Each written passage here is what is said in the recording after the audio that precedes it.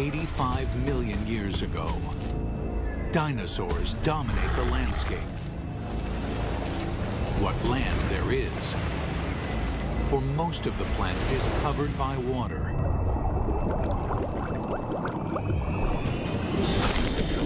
These vast oceans are a cauldron of violence, a world much more dangerous than the land above. This is the brutal world where an ultimate predator is born and bred. This mosasaur was the most dangerous creature in the most dangerous ocean ever. It's 45 feet long. It's the size of a Greyhound bus.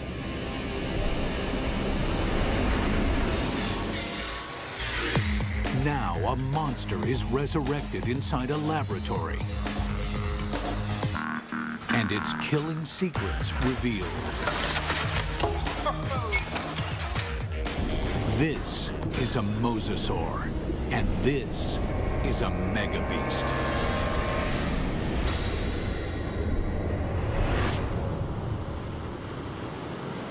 This is mosasaur country. At least it was.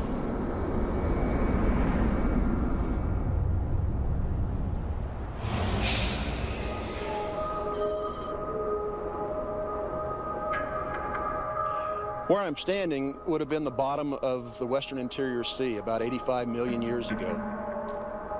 Mike Everhart is one of the world's leading experts on mosasaurs. The horizon would have been ocean for as far as you could see. The seaway stretched for hundreds of miles from where we're standing. At this time, the climate is warmer, so there are no polar ice caps. Sea levels rise until well over 80% of the planet is covered with ocean. The center of North America was covered with water from Nevada to Missouri, from the Gulf of Mexico on up past the Arctic Circle.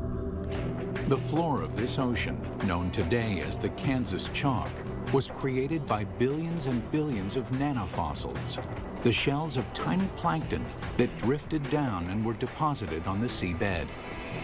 What we're looking at here is literally hundreds of thousands of years of deposition on the sea bottom of the Western Interior Sea. What we see back here is roughly an inch per 700 years to build up that much chalk. So there's untold billions of these animals there. And entombed in this chalk are giant fossils of mosasaur. In the late 1830s, the bones of the beast are first uncovered in North America. This is where the mystery of the mosasaur begins, because nobody can say just what this creature is. It is a question that first arises when a massive skull is found near the Meuse River in Holland. The first guy who looked at it thought it was part of a fossil whale. It was also thought to be the jaws of a crocodile, a giant lizard, and one person even suggested it was a dragon slain by a medieval knight. A French paleontologist described it as a mosasaur, meaning Meuse River reptile. Eventually, the American bones are matched up with the earlier fossil find in Europe and correctly identified as a mosasaur. Over the next 80 years, as scientists begin the serious hunt for dinosaur fossils, a pattern emerges. In every corner of the globe, they find mosasaur bones. This points to one conclusion. No other predator has ever dominated the planet like the mosasaur. This guy weighed 8 tons. It could easily swallow a full-grown human male whole, just like a tater tot. Scientists investigating mosasaurs realized that nothing on Earth could have stopped them. It took a cosmic catastrophe to end their reign.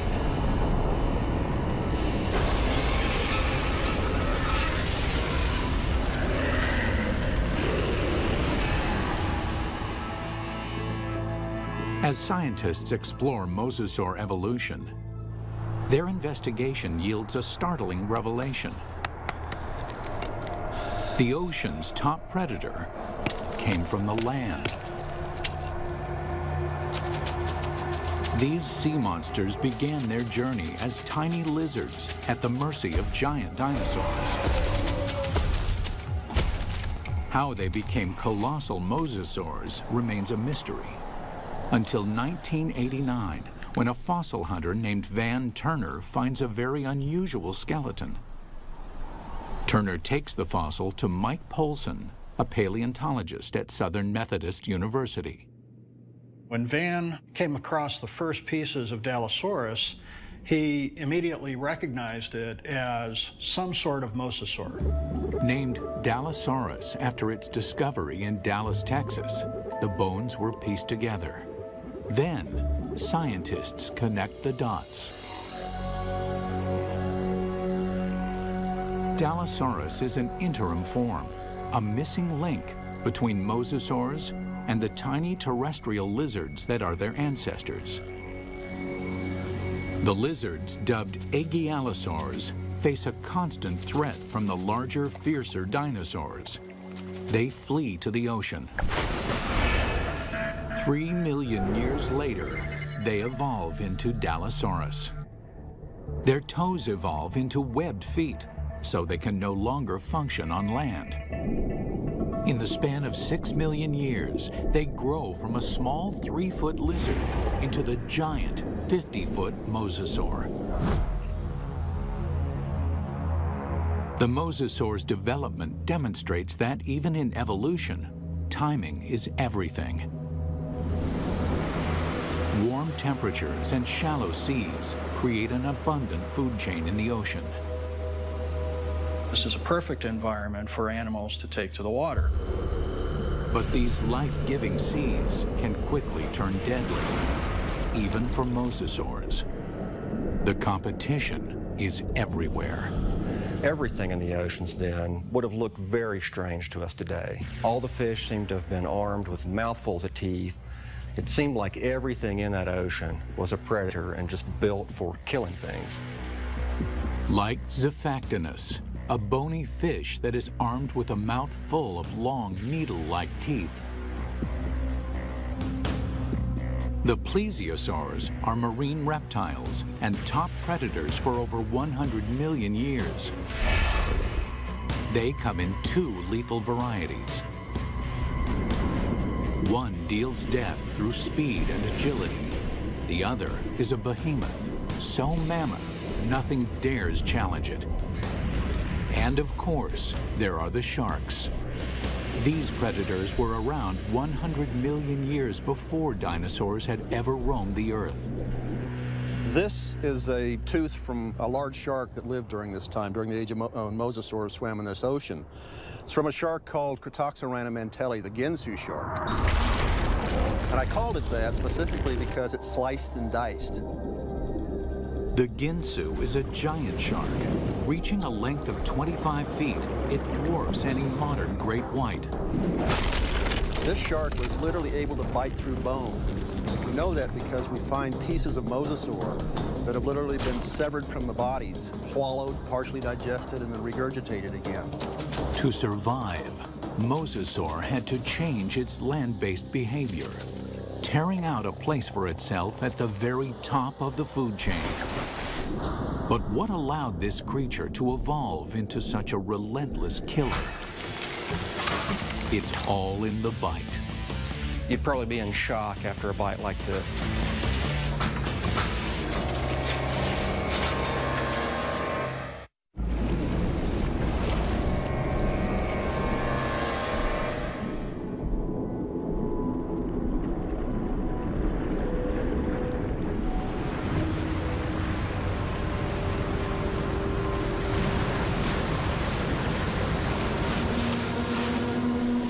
Taking her up!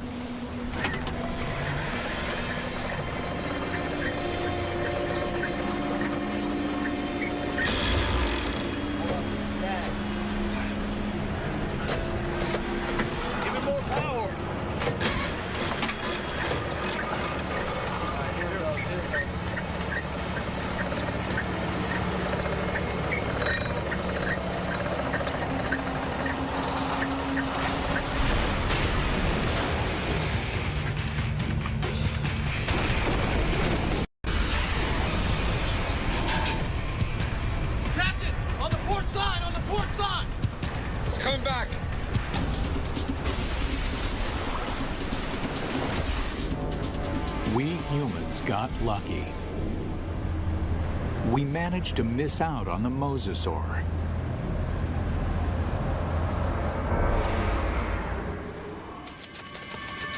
"95 million years ago, it is just a small lizard forced to flee into the ocean.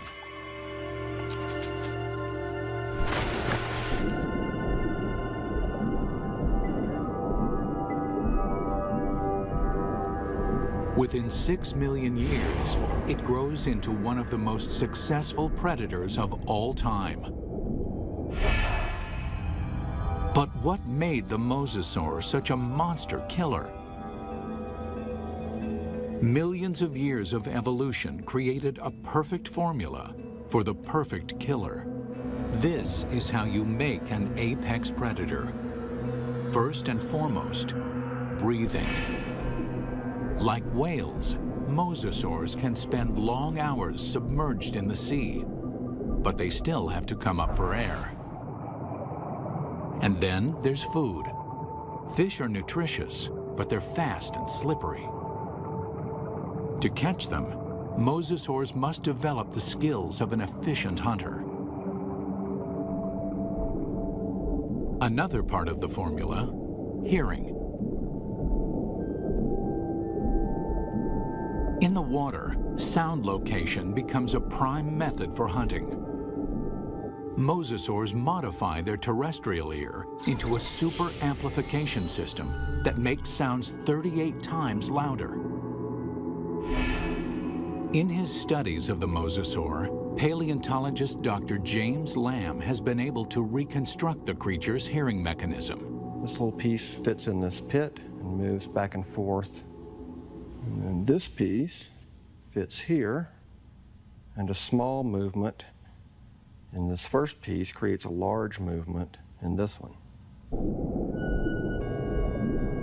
So it's a system that's finely tuned for conducting sound through water. Even though sound can lead them to the prey, it's difficult to detect a target if it's in murky water. Here, mosasaur would have the advantage by using the keen sense of smell inherited from its land-based ancestors. A mosasaur like this would have had a tongue that would have functioned exactly like a monitor lizard's tongue. The reason why the tongue is forked is so that the animal can smell in 2 different directions at the same time.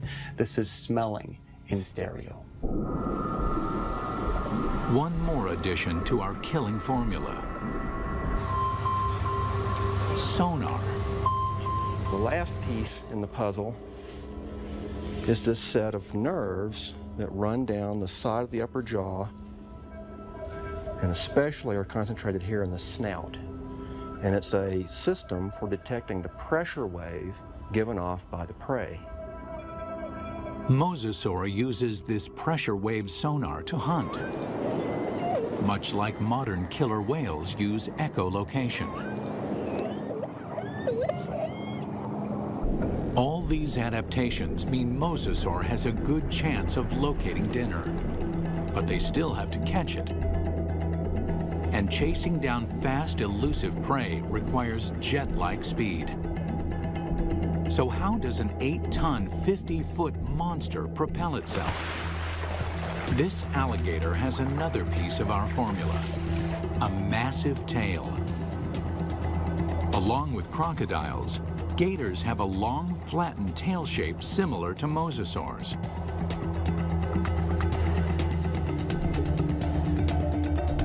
They use the whip-like action of their tails to move quickly through the water.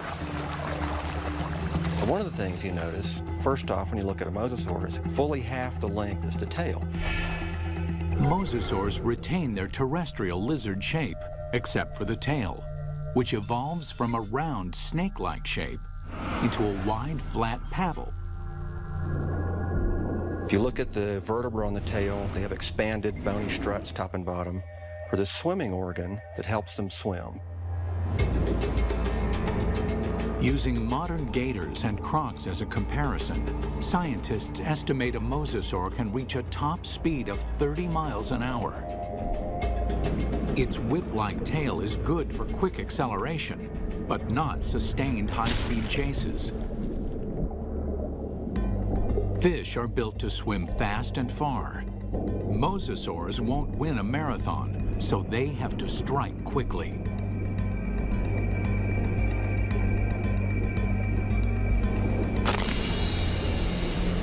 Which means this enormous beast has to somehow hide its 50-foot body and ambush its prey.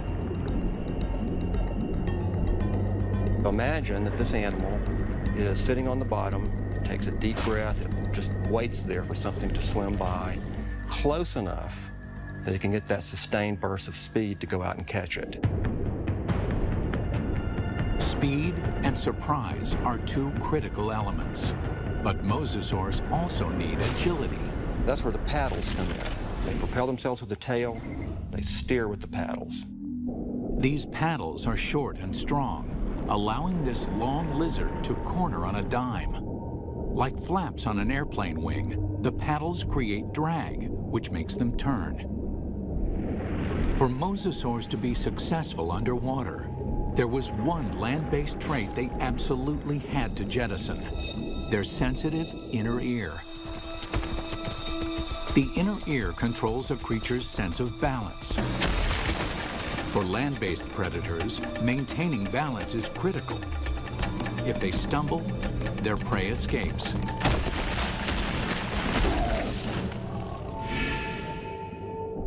But in water, animals move in every direction, like a gyroscope. An animal with a sensitive inner ear can quickly become dizzy and disoriented. Over the millennia, the mosasaur's inner ear begins to dial down the sensitivity, allowing them to quickly twist and spin with no sickening side effects. These evolutionary refinements created a megabeast. The mosasaur can locate, chase, and catch its prey. But catching is not enough. The mosasaur has to eat. And the way that it eats is something that almost defies imagination. It's a prehistoric creature so vicious, it makes sharks seem cuddly. With jaws like steel, it's large enough to swallow a human in one bite. This underwater T-Rex is bred only to hunt and to kill. And across the oceans of planet Earth, this megabeast rules.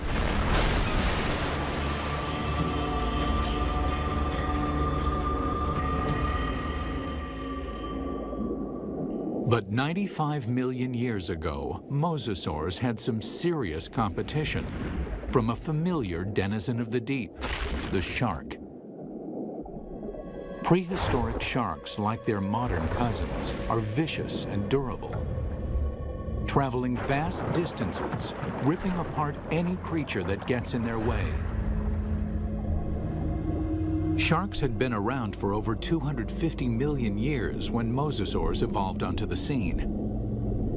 At that time, the largest, fiercest shark in the water was the giant Ginsu shark. The Ginsu would have, of course, looked very much like a modern great white, a very big, heavy-bodied shark. At a length of 25 feet, the aptly named Ginsus are over 10 feet longer than a typical great white. With mosasaurs and Ginsus hunting in the same waters, one thing is certain: there will be blood. There was quite a competitive relationship going on when the big sharks and the mosasaurs were running into each other frequently. And at least at first, the mosasaurs were losing a lot. There's definite evidence that sharks attack mosasaurs. You can see right here that there are clear bite marks from the arc of the mouth of a shark that was attacking. These big sharks carved up a lot of mosasaurs. So we find shed teeth, we find bones that are severed during this time.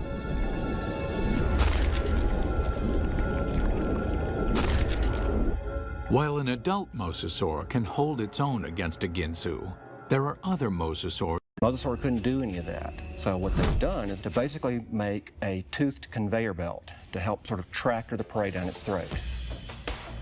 You can look at mosasaur fossils, and you can look at modern analogs that have a skull that works in a broadly analogous way. But sometimes building a model tells you something you just can't find out any other way.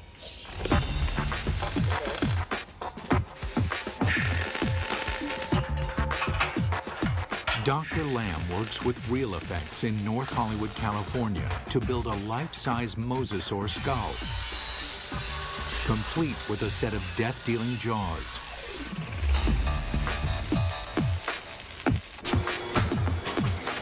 The massive steel jaws are powered by pneumatics instead of muscles and ligaments. Never thought I'd see a steel mosasaur skull, but this is very cool looking. We've got 3 pneumatics. We've got 2 operators to run it, and we've reduced it to 3 basic motions. One set of pneumatics opens and closes the jaws. One set moves it backwards and forwards. And the third set runs the pterygoids in the roof of the mouth. The pterygoids are the terminator teeth. No other ocean predator has them. A second set of teeth running down the roof of the mouth. These are a truly fiendish adaptation. They actually work independently to move the prey backwards in the throat, and also to hold it still, to pin it down as it opens its mouth for the next bite.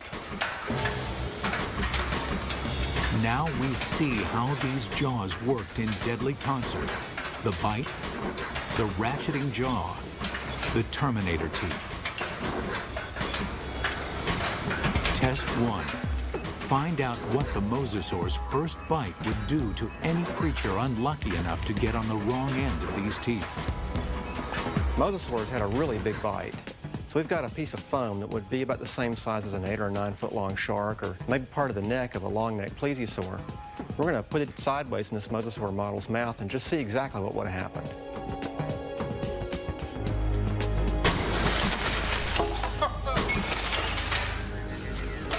Well, that's going to leave a mark, isn't it? That's a broken neck. I'm pretty convinced that this thing would have probably killed something with the first bite. First time it bit down and ratcheted back like that, the thing's neck is broken. Test 2. Measure the capacity of its bite. Very simply, when our metal mosasaur chomps, how much ersatz meat goes into its mouth? We've got this piece of foam with 4-inch squares painted on it. We're going to feed it to this mosasaur and see how much with each bite this thing would have dragged its prey down its throat.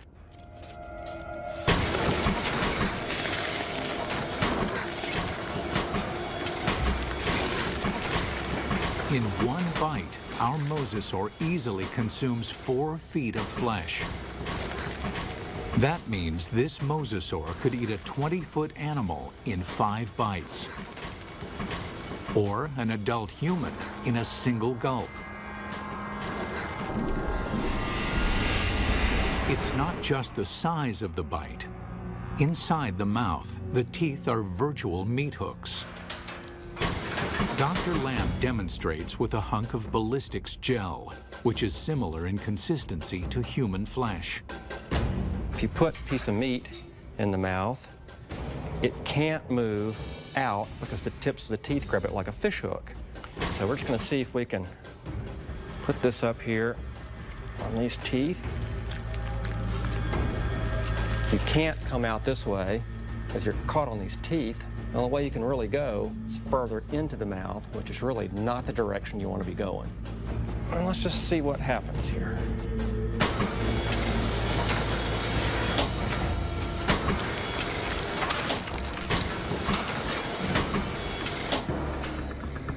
Well, I don't think there's any doubt that you wouldn't want to be a swimmer in a late Cretaceous ocean. You can actually see tooth marks where it just cut right through about 10 pounds of flesh like it was just butter. That would be nasty. The only good thing about this is that you'd probably be in shock after a bite like this. Maybe you wouldn't feel the rest of it. Final test. How the jaws perform eating simulated live prey. The first fish is immediately trapped on the barb-like teeth. And the rest? Well, straight down the old mosasaur hatch.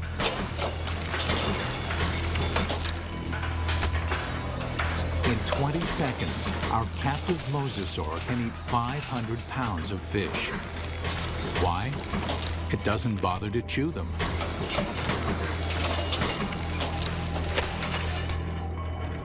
There's a rapidly vanishing cloud of red and a few scales, and that's all that's left of it. For dessert, they test an item that mosasaur never had the opportunity to eat.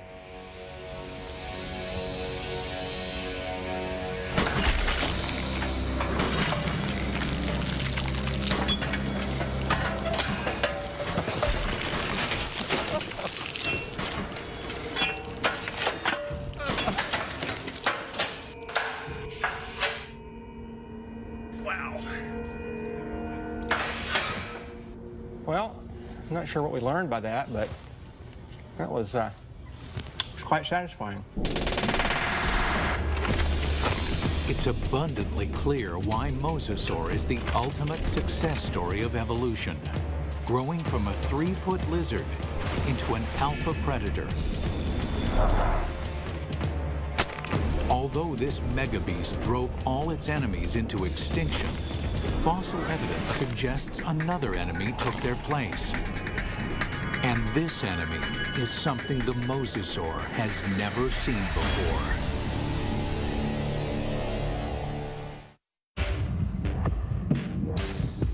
From its humble beginnings as a 3-foot lizard, the mosasaur evolved into the most dominant megabeast the world has ever seen.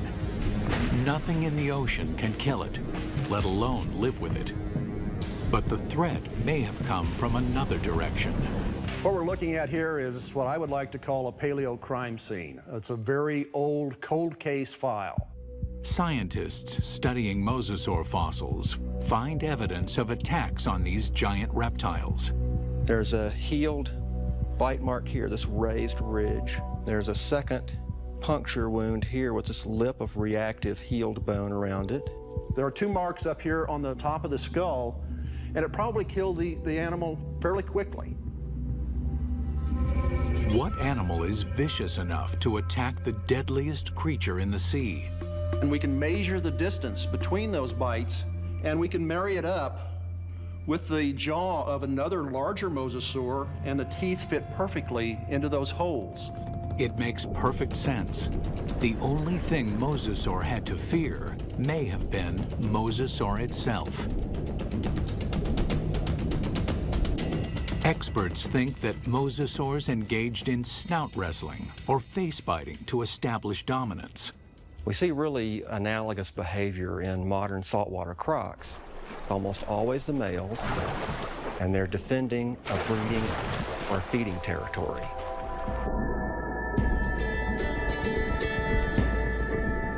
A mosasaur battle unfolds like a bizarre undersea ballet.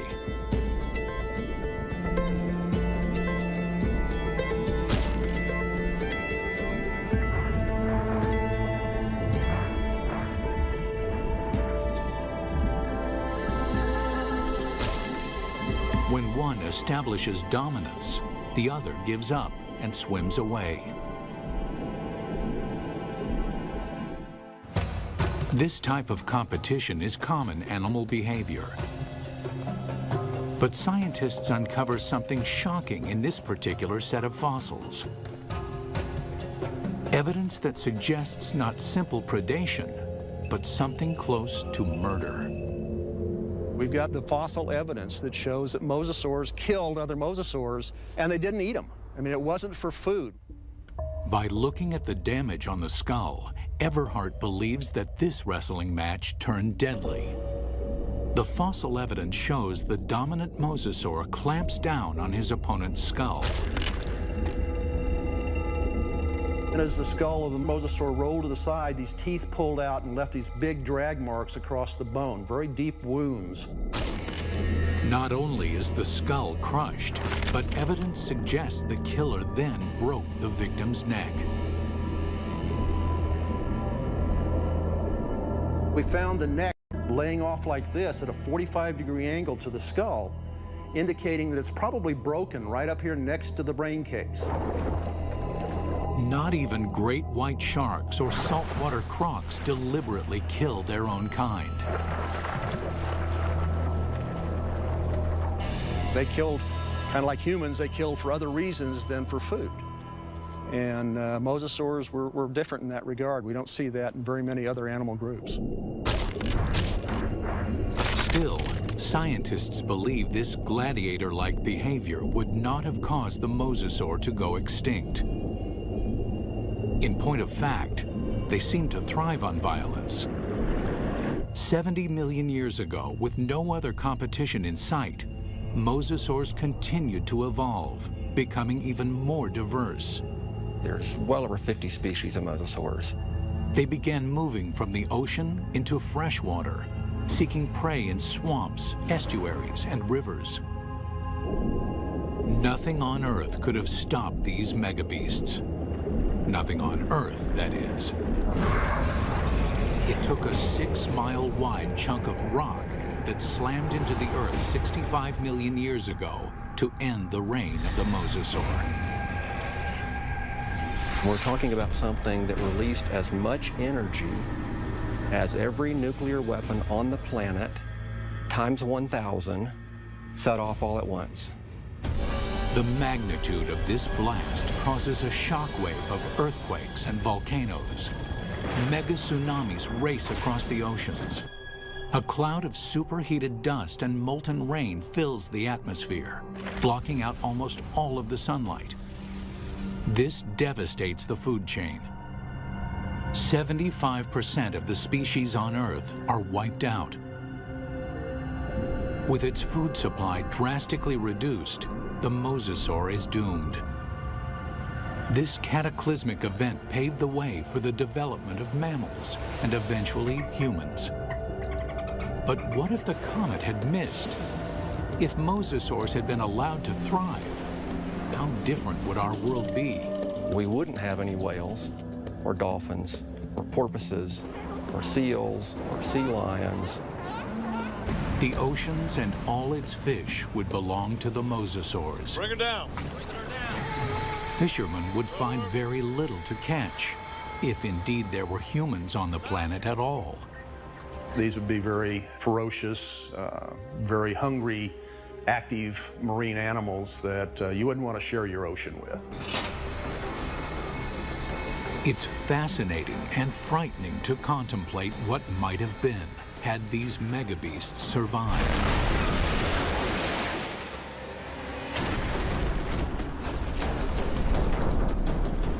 The oceans of the world patrolled by these giant killing machines, 50 feet long, with jaws the size of T-Rex. Always hungry, always waiting, just offshore.